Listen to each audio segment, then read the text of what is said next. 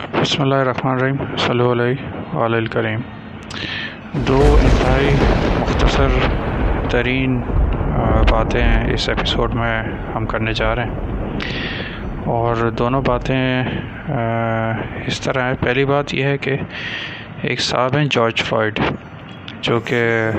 امریکہ میں ان کی رہائش تھی، اور یہ بنیادی طور پہ سیاہ فام امریکی تھے۔ ان کا قتل کر دیا ایک سفید فام پولیس آفیسر نے۔ امریکہ میں ہنگامے شروع ہو گئے، بہت کچھ ہوا، فلانا دھماکہ وغیرہ وغیرہ۔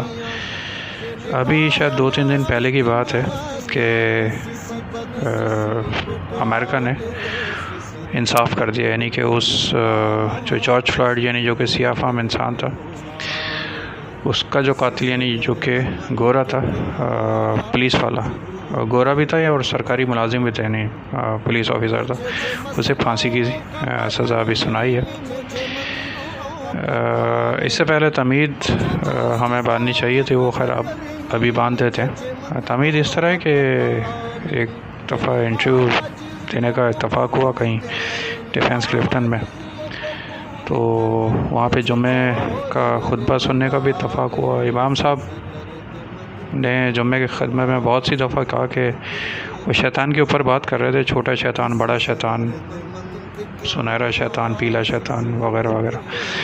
انہوں نے کہا جی سب سے جو بڑا شیطان ہے وہ امریکہ ہے، سب سے جو بڑا شیطان ہے وہ امریکہ ہے۔ اچھا، بہرحال وہ خطبہ سن لیا، بات آئی گئی ہو گئی، تقریباً 2-3-4 سال شاید پرانی بات ہے، اور ظاہر امام صاحب کی ہم عزت کرتے ہیں، جس کے پیچھے نماز پڑھیں گے اس کی عزت تو کریں گے، تو ان سے کبھی بات کرنے کا اتفاق تو نہیں ہوا، مجھے موقع نہیں ملا، لیکن یہ امریکہ کا جو فیصلہ دیکھ کے، سن کے، پڑھ کے، اور جو اس وقت پاکستان کے جو حالات ہیں انصاف کے،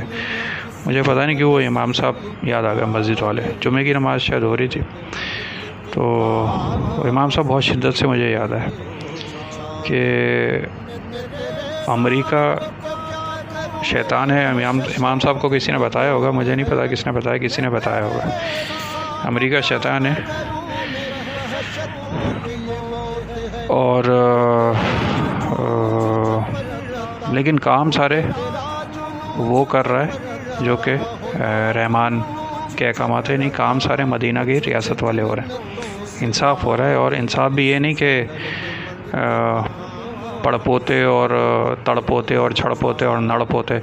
وہاں تک معاملات جائیں، انصاف ہاتھ کے ہاتھ ہو رہا ہے، ایک ہفتے کے اندر، ہفتہ 10 دن میں وہ سزائے موت اسے سنائی، کھیل ختم۔ تو یہ جارج فلائیڈ کا فیصلہ سن کے مجھے یقین مانے وہ جو امام صاحب ہیں بہت شدت سے یاد آئے، اور وہ سوال میں ان سے پوچھنا چاہ رہا تھا، بہرحال وہ ملاقات نہیں ہوئی، تو میں نے کہا چلیں پوچھ لیں گے ان سے۔ تو دوستوں، جو سچائی کا راستہ ہے، دوبارہ پھر ہم آتے ہیں NA 249 کی طرف، اور NA 249 میں آپ کو پتہ الیکشن ہونے جا رہا ہے۔ امریکہ کے بارے میں ایک بات اور آپ سے شیئر کروں کہ اسی امریکہ میں جب انقلاب نہیں آیا تھا، اور جب یہ ڈیموکریسی نہیں آئی تھی، اگر کھیت کے ایک طرف گورے کو راستہ کراس کرنا ہے کھیت کا، اور دوسری طرف وہ یہ دیکھ لے کہ نیگرو آ رہے ہیں، یعنی کوئی سیاہ فام امریکی آ رہا ہے، میں آپ کو تقریباً 200 سال پہلے کی بات بتا رہا ہوں۔ یقین مانے وہ جو گورا ہوتا تھا وہ اپنا راستہ بدلتا تھا، یعنی 4 کلومیٹر گھوم کے جائے گا، 10 کلومیٹر ادھر سے آئے گا، لیکن یعنی کچے راستے پہ چلنا پسند نہیں کرتے تھے گورے، کہ جس پہ وہ کوئی سیاہ فام انہیں نظر آ جائے۔ اور آج اسی سیاہ فام کے قتل میں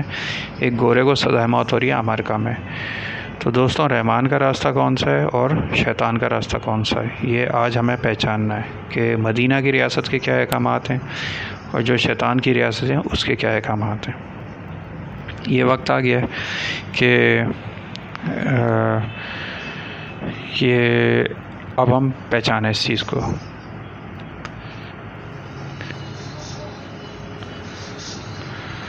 اچھا جناب، تو یہ تو ہو گئی تمہید۔ اب اصل مدعے کی طرف اگر ہم بڑھتے ہیں، یعنی کہ NA 249 کی طرف،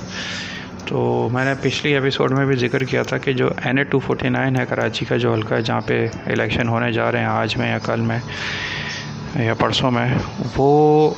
اگر NA 249 کے لوگ چاہیں تو اس پورے خطے کی قسمت بدل سکتے ہیں۔ یعنی یہ جو 200 کروڑ انسان ہیں ان کی قسمت بدل سکتے ہیں، اور کس طرح قسمت بدل سکتے ہیں کہ جتنی بھی آپ کی سیاسی جماعتیں جو کہ اس ملک پہ پچھلے 70-72 سالوں سے حکومت کر رہی ہیں بالعموم، اور 1985 سے حکومت کر رہی ہیں بالخصوص، جس میں پاکستان پیپلز پارٹی شامل ہے، مسلم لیگ شامل ہے اور PTI بھی شامل ہے، اور بھی کچھ جماعتیں آپ دیکھ سکتے ہیں۔ 3 تو یہ ہیں جنہوں نے اسلام آباد پہ حکومت کی ہے۔ ان تینوں سیاسی جماعتوں کو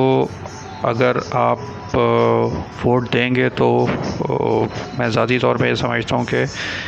آپ اس ملک کو موئنجو کی طرف پڑھانے کی طرف ایک دھکا اور دیں گے پاکستان کو،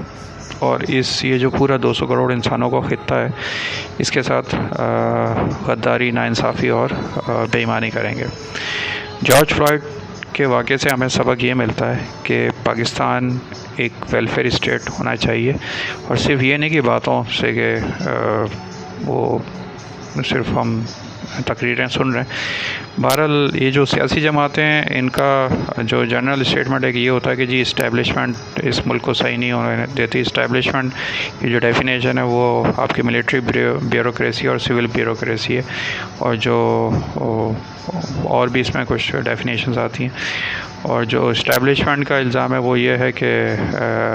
جتنی سیاسی جماعتیں ہیں وہ سب کرپٹ ہیں، ان کی لیڈرشپ بھی کرپٹ ہے۔ بہرحال واللہ علم بالصواب، فیصلہ کرنا آپ کا کام ہے، لیکن جمہوریت میں تو خیر ہم سیاسی جماعت کو ہی ووٹ دیتے ہیں، پھر اگر وہ کام نہ کرے تو وہ پھر وہ ایک الگ بحث ہے جو کہ 1985 سے ہم دیکھ رہے ہیں۔ ایک دفعہ پھر ہم یہ بات کریں گے کہ NA 249 کی جو عوام ہے ان سے میری انتہائی مؤدبانہ اپیل ہے کہ آپ اگر چاہیں تو اس پورے خطے کی قسمت بدل سکتے ہیں، اور کوشش کریں کہ کسی بھی نئی سیاسی جماعت کو یا کسی بھی آزاد امیدوار کو آپ ووٹ دے کے جتوا دیں، کیونکہ آپ جتوائیں گے تو یہ ایک نئے ایرا کا آغاز ہوگا پاکستان میں، اور ایک نئے انقلاب کی طرف ہم انشاءاللہ تعالیٰ پیش قدمی کر سکتے ہیں۔ تو یہ 200 کروڑ انسانوں کا مستقبل آپ کے ہاتھ میں ہے۔ جب بھی ووٹ ڈالنے جائیں تو لازمی طور پہ اس چیز کا خیال رکھیے گا۔ آنے والی اقساط کے لیے ہمارے چینل کو سبسکرائب کریں اور اسے اپنے تمام حلقہ احباب میں شیئر کریں تاکہ وہ بھی اس سے مستفید ہو سکیں۔ بہت شکریہ۔ اللہ